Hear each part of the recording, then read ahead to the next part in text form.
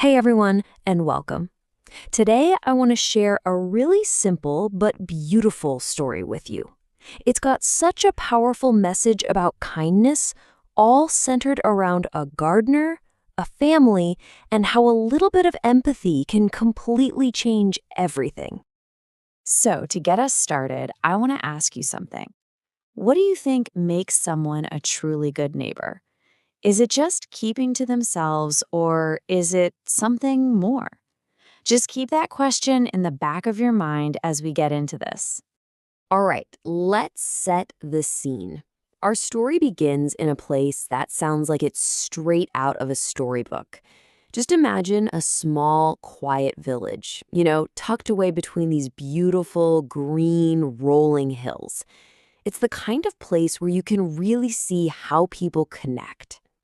And at the heart of this village is our main character, a man known simply as the kind gardener. So, in this village, there's a man named Samuel.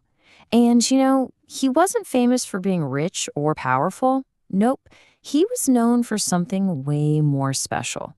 He was just a genuinely kind-hearted person with this amazing knack for understanding what other people were going through. There's a word for that special quality Samuel had. It's empathy. It's really just the ability to put yourself in someone else's shoes, to feel what they're feeling.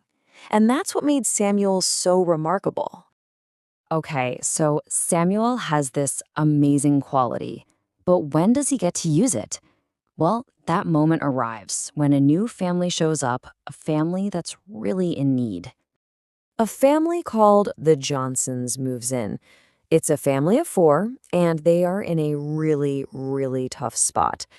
They were brand new to the village, and on top of that, they just lost absolutely everything they owned in a terrible fire. I mean, can you imagine how hard it must have been for them to try and start over?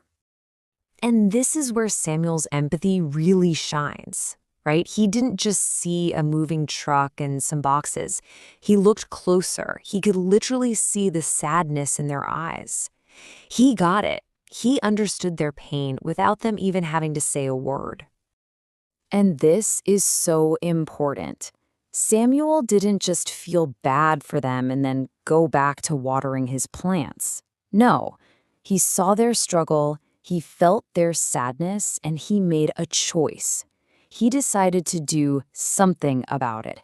That's when empathy turns into action. So what happens when you actually act on that empathy?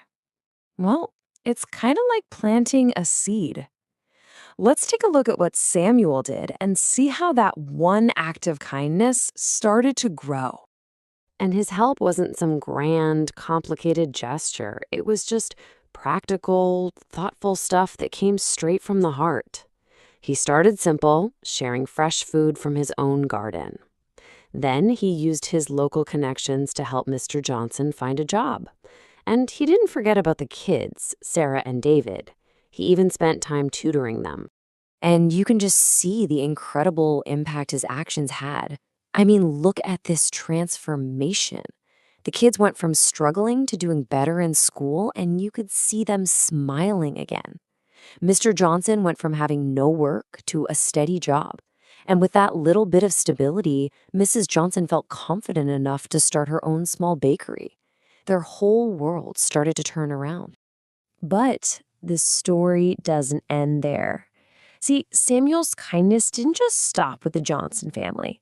It created something way bigger, this beautiful ripple effect that started to spread. So get this.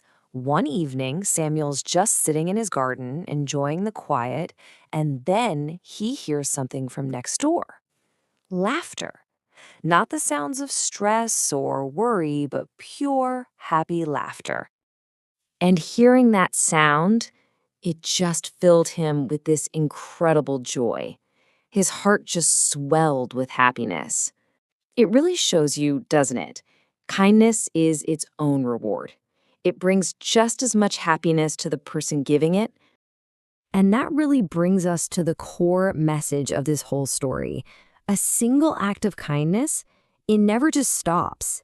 It ripples out, like a pebble in a pond, and it ends up touching more lives than you could ever imagine. So as we wrap this up, I want to leave you with this thought. We saw how Samuel changed his little corner of the world with a few simple, kind acts.